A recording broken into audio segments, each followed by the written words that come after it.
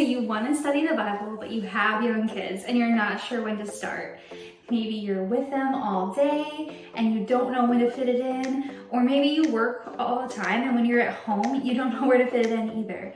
I have 5 tips that are going to help you intentionally spend time with the gospel while also being with your kids. I'm Brenna. I'm a children's book author. I'm the owner and designer of Ellie and Grace, and I am here to help you spend more time with Jesus.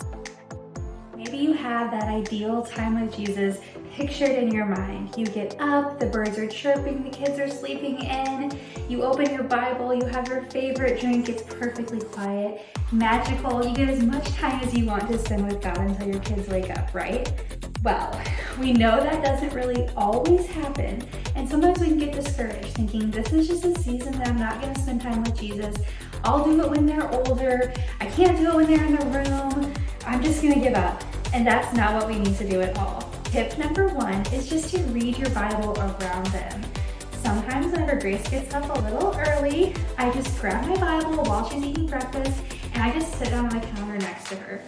Usually then she'll ask me for her Bible. She's 2.5, so I got her a Jesus Storybook Bible. Obviously she can't read, but she likes looking through the pictures.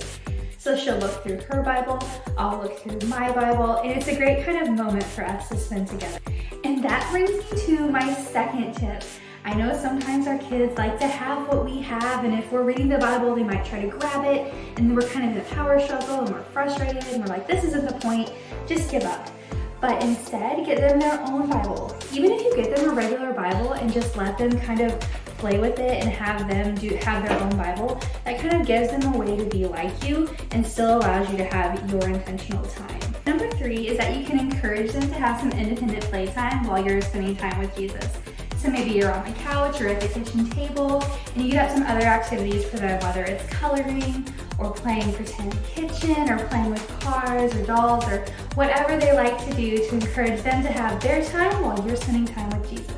And it's totally okay to talk about how you're spending time with Jesus. Not just, this is my book and I'm going to read it. No, this is the time that you're spending with Jesus because you love him and you love spending time with him. And that's a good thing to bring to your kids early. Number 4 is you can study the Bible with your kids together. You can do this by using topics that your kids might enjoy. Like say the armor of God can be a great one for kids. Or maybe when Jesus calmed the storm, talking about fear.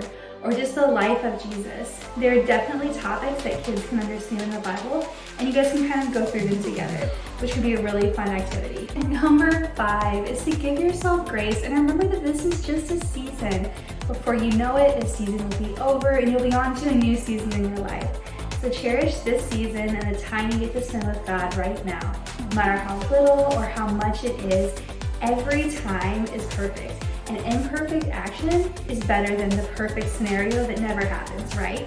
For more practical Bible reading tips, ways to spend time with Jesus, and more, be sure to subscribe to this channel and also follow Ellie and Grace on Instagram so you can see more videos like this.